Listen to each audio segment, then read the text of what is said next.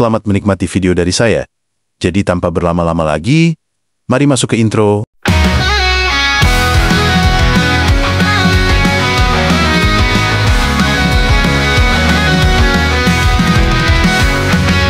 Aman buat kisah membara, alurman hadir bawa cerita, petualangan penuh warna, bersama kita jelajahi dunia.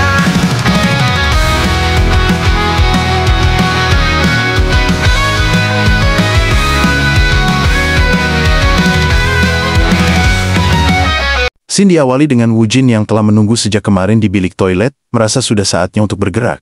Lalu saat ia bangkit dari duduknya, ia merasakan kakinya yang mati rasa karena terlalu lama duduk di sana, dan ia berpikir bahwa tidak akan menerima pekerjaan ini jika bukan karena kontrak seharga 5 juta bells.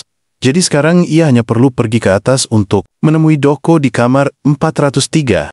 Namun saat ia sedang memikirkan hal itu, tiba-tiba saja ia dikejutkan saat melihat ada Oscar yang sedang mencuci tangannya. Hal itu membuat Woojin berpikir, kenapa bisa ada Killian Lockwood di tempat ini? Tapi apa sebaiknya aku menyingkirkannya sekarang juga, mumpung dia di sini? Tapi ia memikirkan ulang hal itu saat mengingat informasi milik Killian Lockwood, seorang bintang baru di White Tower. Salah satu dari 4 Great Magic Tower, memiliki spesialisasi dalam pertempuran fisik yang diperkuat dengan acceleration dan enhancement, namun memiliki kelemahan bisa diserang diam-diam. Dan level saat ini, 4 sama seperti Woojin kemenangan, tidak terjamin. Hal itu membuatnya memutuskan untuk melakukannya sesuai rencana, karena berkelompok jauh lebih aman, ditambah lagi kalau sampai seranganku gagal bisa gawat. Namun saat Woojin ingin keluar dari tempat itu, tiba-tiba saja Oscar mengatakan, kepalan tangan di ujung jari, padahal di orang biasa akan ada di telapak tangan, yang berarti telah kebanyakan menangani senjata lempar. Jadi kau pembunuh bayarannya ya. Mendengarnya membuat Woojin bimbang antara menyerang Oscar sekarang juga, atau melarikan diri terlebih dahulu dan menemui Doko. Namun di saat itu juga Oscar mengatakan, ia menilai dari sikapmu yang ragu-ragu, kau pasti adalah pembunuh bayaran. Ujarnya, sembari melemparkan sabun ke arah Woojin, hingga membuat Woojin tidak bisa menghindarinya, karena serangan itu yang terlalu cepat. Tapi meskipun ia tidak bisa menghindari hal itu, ia tetap berhasil meluncurkan jarum-jarum beracunnya, yang membuatnya cukup senang, karena meskipun lengannya harus terluka, akibat sabun yang telah diperkuat, dengan mana ia masih bisa menukar hal itu dengan nyawa musuhnya. Lalu terlihat Oscar yang harus dihadapkan dengan ratusan jarum beracun, yang membuatnya tidak bisa menghindari hal itu, hingga harus berakhir terkapar di lantai. Melihat hal itu membuat Woojin tersenyum, karena telah berhasil melumpuhkan lawannya, dan sembari berjalan mendekat, Woojin mengatakan, wah aku beruntung, karena sejujurnya, pertempuran jarak dekat bukanlah keahlianku, tapi pasti dia hanyalah pemula yang kurang pengalaman. Jadi sekarang, aku hanya perlu memastikan pekerjaan ini selesai. Ujarnya sembari menghujamkan pisaunya ke leher Oscar, namun sayangnya hal itu tidak berguna, dan tertahan oleh sesuatu, yang membuatnya kebingungan dan berpikir, apa-apaan ini, bagaimana bisa pisauku tidak mau menusuk? Sebenarnya, apa yang telah menahannya? Namun tiba-tiba saja ia dikejutkan karena mendengar suara angin, dan hal itu langsung membuat Woojin sadar, bahwa hal yang telah menahan pisaunya adalah angin itu. Tapi dengan begitu, ia juga menyadari bahwa jika pisau saja bisa ditahan, berarti jarum beracunnya juga bisa mengalami hal yang sama. Dan seketika Oscar mengarahkan pistolnya ke depan, muka Woojin kemudian mengatakan, wow, sepertinya kau tidak sepenuhnya bodoh. Lalu sembari terbata-bata, karena menyadari posisinya, Woojin bertanya, bagaimana bisa kau memblokir semua jarumku? Oscar membalas, ya. Mudah saja, aku hanya perlu menyelimuti seluruh tubuhku dengan angin. Namun Woojin yang masih tidak percaya dengan hal itu mencoba untuk menyangkalnya. Tapi Oscar yang sudah muak pun langsung mengakhiri kehidupannya dengan sekali tembakan saja. Lalu scene berpindah ke orang-orang yang sudah sangat bersemangat menunggu konser itu dimulai. Dan saat Marin memasuki panggung, seketika semua orang langsung bersorak-sorai karena Marin yang seperti sinar mentari yang hangat sekaligus senyumanmu bersinar begitu terang. Lalu scene kembali berpindah ke seseorang yang telah menunggu kakaknya di tempat yang gelap. Namun orang itu kebingungan, karena kenapa kakaknya tidak datang-datang, dan apakah ia telah terlibat dengan masalah, hingga membuatnya terlambat. Ujarnya, yang ternyata adalah Doko, adik laki-laki, Woojin pembunuh bayaran dari kerajaan Yan. Tapi saat ia sedang memikirkannya, tiba-tiba saja ia mendengar langkah kaki kakaknya, yang membuatnya langsung bergegas keluar, namun ia merasa aneh. karena kenapa kakaknya malah terus berjalan hingga melewati ruangan. Padahal sudah berkali-kali ia katakan bahwa ruangannya di nomor 407. Lalu saat Doko keluar dan langsung memanggil kakaknya, ia kaget karena malah melihat orang lain, yang membuatnya langsung kembali memanggil orang itu, dan saat orang itu menoleh, ternyata itu adalah Oscar yang merasa senang karena menemukan lokasi persembunyian pembunuh bayaran lainnya. Melihatnya membuat Doko kesal, karena berani-beraninya kau meniru langkah kaki kakakku. Oscar membalas, ya, bukankah hal ini harus bisa dilakukan kalau ingin berurusan dengan pembunuh bayaran? Mendengarnya, Doko bertanya, bagaimana caramu untuk menghabisi kakakku? Oscar menjawab, aku hanya meledakkan kepalanya saja, yang membuat Doko mengatakan, ya kurasa itu cukup mengesankan, dan setidaknya dia tidak perlu menderita. Aku juga sudah tahu bahwa hari ini pasti akan tiba. Tapi rasanya tetap pahit, apalagi jika mengingat bahwa ini adalah pekerjaan terakhir kami, sebelum kami menjalani hidup masing-masing. Namun hal itu membuat Oscar kebingungan, dan bertanya, kenapa kau bisa menerima kematian kakakmu begitu cepat? Doko menjawab, ya kami adalah pembunuh bayaran. Jadi hal ini sudah menjadi takdir kami. Tapi Oscar yang masih penasaran, kembali bertanya, jadi kenapa ini menjadi pekerjaan terakhir kalian? Apakah setelah ini kau ingin pensiun? Doko mengatakan, mana mungkin aku ini masih muda. Dan hal itu karena aku baru saja dapat tawaran pengintaian solo dari puncak industri. Mendengarnya, membuat Oscar mengatakan, wah menarik, jadi pertarungan ini akan menjadi pembunuh bayaran versus maju puncak industri. Namun dengan nada meremehkan, Doko membalas, White Tower bukanlah puncak industri. Yang langsung membuat Oscar kesal dan membalas, ya, hal itu akan terjadi mulai tahun ini. Namun mendengarnya malah membuat Doko tertawa, yang membuat Oscar menanyakan, memangnya apa yang lucu? Lalu sembari memunculkan kekuatannya, Doko menjawab, kurasa kau tak tahu apa itu puncak. Karena setidaknya, jika kau ingin di puncak kau harus bisa menangani kekuatan sebanyak ini. Hal itu membuat Oscar menanyakan, kenapa kau menggunakan racun dan malah tidak menggunakan senjata lempar? Doko mengatakan bahwa senjata lempar tidak bisa dilumuri racun, makanya orang lain bisa membawanya. Tapi bukankah ini keren? Apalagi saat aku mengompresnya, lalu mengubahnya menjadi hal ini. Jadi menurutmu apa yang akan terjadi ketika benda ini mengenai seseorang? Namun, tiba-tiba saja, Oscar dikejutkan saat melihat benda itu yang muncul dari sampingnya. Tapi untungnya, ia masih bisa menghindari serangan itu. Melihat Oscar yang berhasil menghindarinya, Doko mengatakan bahwa racunnya akan menginfeksi orang jika terjadi kontak fisik.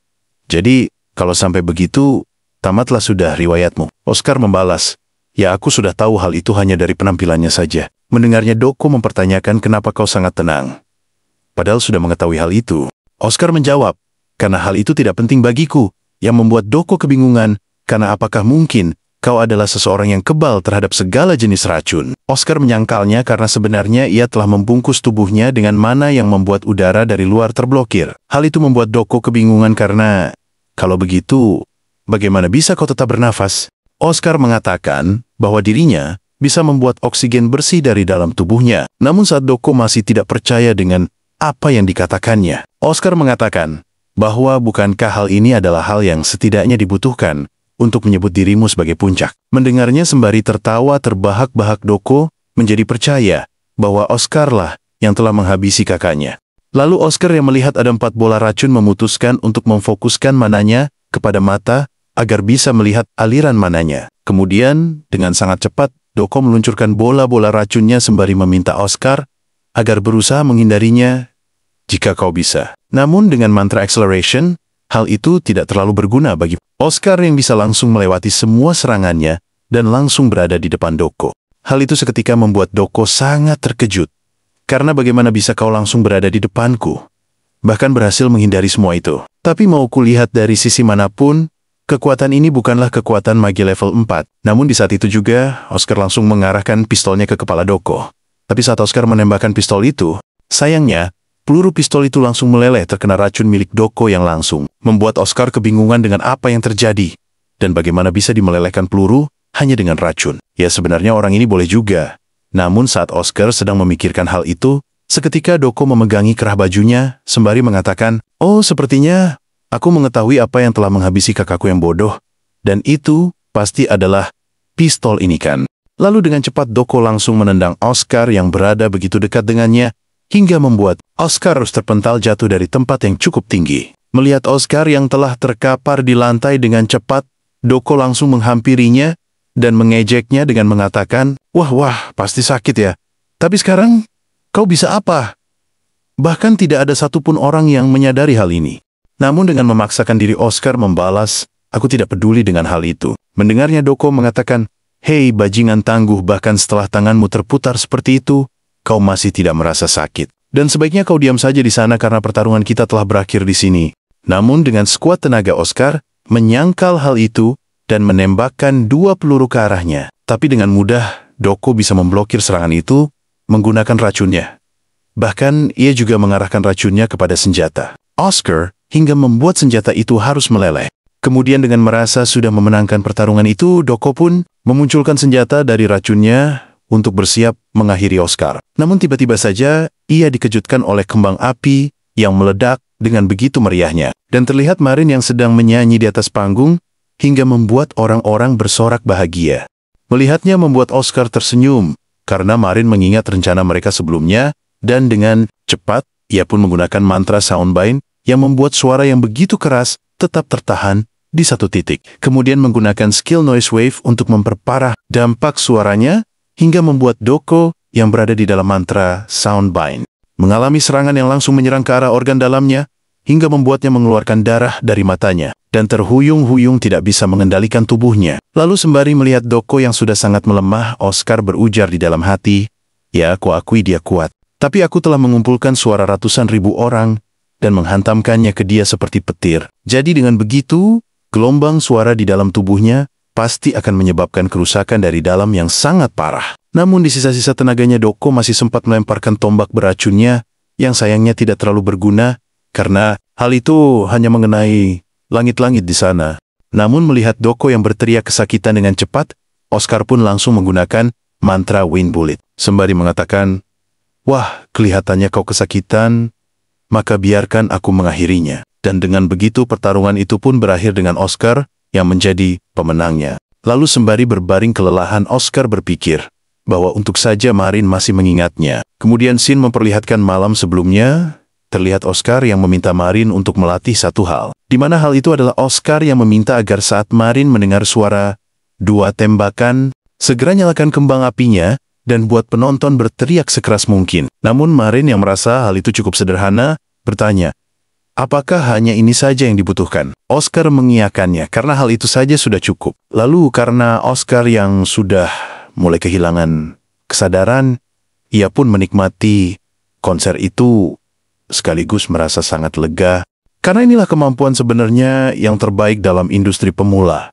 Ujarnya yang akhirnya pingsan karena sudah tidak memiliki tenaga yang tersisa. Lalu scene berpindah ke 3 hari kemudian. Terlihat Marin yang menanyakan apakah kau yakin sudah bisa bergerak, tapi kau tidak bohong kan? Oscar mengiyakannya. Dan untuk apa dirinya berbohong? Bahkan, kau saja sampai memanggil High Priest untuk memulihkanku. Marin membalas, ya aku akan merasa bersalah jika kau mati. Apalagi saat itu kau benar-benar sekarat. Dan mumpung kau sudah di sini, mari kita selesaikan pembayarannya. Ujarnya sembari memanggil Evelyn yang datang dengan sangat cepat, hingga membuat Oscar sedikit terkejut. Lalu, Marin mengatakan bahwa totalnya adalah 1.100.000 bells, dan 100.000 itu ditambahkan sebagai tanda terima kasih. Karena kalau bukan berkatmu, aku takkan punya kesempatan untuk meminta eliksir kepada Kaisar. Tapi Oscar mengatakan bahwa itu bukanlah karena dirinya saja, tapi juga karena Anda memiliki tekad yang begitu kuat, Nona. Marin dan terima kasih atas bonusnya, semoga ayahmu cepat sembuh. Dengan senang Marin mengiyakannya dan bertanya, apakah kau tinggal di kota ini? Karena aku akan pergi hari ini. Oscar mengiyakannya, karena ia masih ada beberapa urusan di kota ini. Mendengarnya Marin mencoba memperingati Oscar karena Arasweet mungkin saja akan sangat marah sekarang. Dan entah hal apa yang akan ia lakukan kepadamu. Namun Oscar malah mengatakan bahwa seharusnya Arasweetlah yang berhati-hati kepadanya. Marin membalas, rasa percaya dirimu itu cukup gila. Tapi hei, kau benar-benar tidak mau memberitahukan nama aslimu, ujarnya. Yang seketika membuat Oscar terkejut, karena bagaimana bisa Marin menyadarinya. Lalu dengan lanjut breaking, Oscar menanyakan maksud dari perkataan Marin. Marin menjawab, apa kau kira aku takkan sadar ada sepasang lensa mata? Dan aku telah mengetahui hal ini dari awal. Mendengar hal itu, Oscar kebingungan dan bertanya, tapi kenapa kau masih ingin menyewaku? Padahal aku telah memalsukan namaku. Namun Marin hanya terdiam dan tersenyum, lalu mengatakan, "Ya, saat aku melihat wajahmu ketika kamu membicarakan ayahku. Rasanya seperti melihat cermin, jadi aku bertaruh pada hal itu. Dan itu adalah pertaruhan yang sangat besar." Mendengarnya, Oscar mengatakan, "Wah, Nona Marin, kau sungguh-sungguh hidup tanpa rencana." Namun dengan kesal Marin menanyakan, "Jadi apakah kau mau memberitahukan hal itu kepadaku atau tidak?" Lalu karena Oscar yang terus-terusan didesak, ia pun akhirnya memutuskan untuk memperkenalkan diri sebagai Oscar Croshen. Hal itu membuat Marin merasa familiar dengan nama itu, tapi ia tidak mengetahui di mana ia pernah mendengarnya. Yang membuat Evelyn menjelaskan bahwa ia adalah jenius White Tower yang telah membuat obat untuk flu kedina. Mendengarnya seketika, Marin mengingat pernah membaca hal itu di koran. "Jadi kau adalah orang jenius. Tapi kenapa kau terlihat seperti biasa saja untuk seorang yang jenius?" Oscar membalas, "Ya, Nona Marin juga biasa saja, di luar panggung yang seketika membuatnya kesal, karena bagaimana bisa kau mengatakan aku biasa saja, padahal wajahku sudah seperti ini." Namun Oscar melanjutkan perkataannya, "Tapi tetap saja, saat di atas panggung, kau adalah seorang diva." Mendengarnya sembari berdiri, Marin mengatakan, "Wah, kau memang pandai bicara. Tapi terima kasih, pengawal terbaik dalam hidupku," ujarnya sembari bersalaman dengan Oscar, dan dengan begitu, mereka pun akhirnya berpisah. Lalu scene berpindah ke sebuah hotel di Baran. Terlihat ada seseorang yang terburu-buru ingin melaporkan sesuatu kepada bosnya. Dan orang itu menanyakan apakah bosnya ingin mendengarkan kabar baik atau kabar buruk terlebih dahulu. Bosnya memintanya untuk menyampaikan kabar baik terlebih dahulu. Yang membuat orang itu mengatakan bahwa Anda tahu tentang kakaknya si anak baru, Woo Jin, dia sudah mati. Mendengarnya membuat bosnya senang, karena sudah sejak lama dia ingin menyingkirkannya, karena ia hanyalah beban. Jadi, apa kabar buruknya? Orang itu mengatakan bahwa si anak baru juga ikut mati dengannya, yang seketika membuat bosnya sangat kesal dan mengatakan, "Apa-apaan ini semua? Kabar buruk apa kau mauku? Buatkan kabar buruk lainnya." Namun orang itu memintanya untuk lebih sabar dan tidak melampiaskan amarahnya kepadaku, karena katanya, "Saudaramu sendirilah yang telah menghabisi mereka, dan dia adalah Killian Lockwood." Hal itu seketika membuat bos kaget dan menanyakan apakah hal itu benar. Orang itu mengiyakannya, dan sembari menunjuk sebuah foto, orang itu menjelaskan bahwa dia disewa sebagai pengawal oleh pihak lawan. "Dan ini saudaramu kan, Killian Lockwood?" Namun saat melihat foto itu, bosnya sama sekali tidak mengenalinya, yang membuat orang itu kebingungan dan mencoba menanyakan kembali, apakah ini memang bukan saudara bosnya. Bosnya mengatakan bahwa, "Mungkin ini karena aku sudah lama tidak bertemu dengannya, jadi bisa saja wajahnya telah banyak berubah. Jadi aku perlu melihat wajah orang ini dengan mataku sendiri, karena apa-apaan yang dia lakukan, berpura-pura menjadi saudara orang lain," ujarnya, yang ternyata bernama Kaya Lockwood, sang tattoo master dari pasukan Violet. Lalu scene berpindah ke mansion keluarga Sweet. Terdengar seseorang yang menanyakan tentang status dari keluarga Hufar.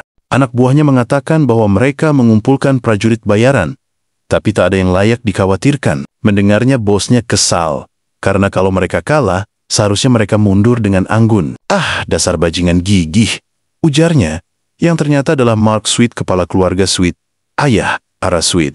Pelayannya mengiyakannya, dan mengatakan bahwa meskipun keluarga Bas Hufar pernah memegang kantor wali kota, tapi mereka hanyalah bertahan 2 tahun di kantor itu. Namun mereka masih bertingkah seolah mereka pemilik kota Baran. "Dasar orang bodoh menyedihkan yang tak bisa melindungi kepala mereka sendiri," ujar pelayan itu yang mencoba menjilat pimpinannya seperti di suatu tempat. Lupakan. Lalu Mark menanyakan tentang perkembangan untuk mengambil dokumen rahasia Bas Hufar. Pelayannya membalas, "Ya, hal itu telah berjalan sesuai dengan rencana Anda." Hal itu membuat Mark senang dan menganggap bahwa putra Bas sangat menyedihkan sekali. Dia bahkan belum berhasil membuka Encryptio Magic yang ditempatkan ayahnya setelah berbulan-bulan. Namun dengan tersenyum pelayannya mengatakan bahwa berkat hal itu kita berhasil menemukan keberadaan dokumen rahasianya. Mendengar hal itu membuat Mark senang, karena bahkan langit telah berpihak kepadanya. Jadi apakah semuanya akan siap? Dalam 2 hari, pelayannya mengiyakannya dan mengatakan bahwa kami sudah menyiapkan pertunjukan kembang api yang spektakuler. Namun, tiba-tiba saja, Mark menanyakan tentang orang yang telah membuat putrinya menangis. Dan siapa orang itu sebenarnya, sampai-sampai membuat putriku sakit karena stres. Pelayannya membalas, "Oh, orang itu sang diva Marin Maria dan Killian Lockwood dari White Tower." Mendengarnya, Mark meminta pelayannya untuk membiarkan saja Marin, karena dia telah terikat dengan baginda kaisar. Jadi kita tak bisa menyentuhnya. Lalu pelayannya bertanya, apa yang harus kita lakukan kepada Killian Lockwood? Mark memintanya untuk mengawasi pergerakannya dan laporkan kembali, lalu kita akan menanganinya setelah selesai dengan keluarga Hufad. Karena berani-beraninya dia mengganggu putriku di kota ini. Bahkan mereka menyinggung Tattoo Master dari pasukan Violet. Dasar rakyat jelata, maksudnya dasar orang bodoh, tiada takutnya. Akan kubuat dia menyesal hingga ke tulangnya dan akhirnya Yeping pejabat ini selesai juga. Maksudnya, then to be continued. Terima kasih karena telah menyaksikan video dari saya.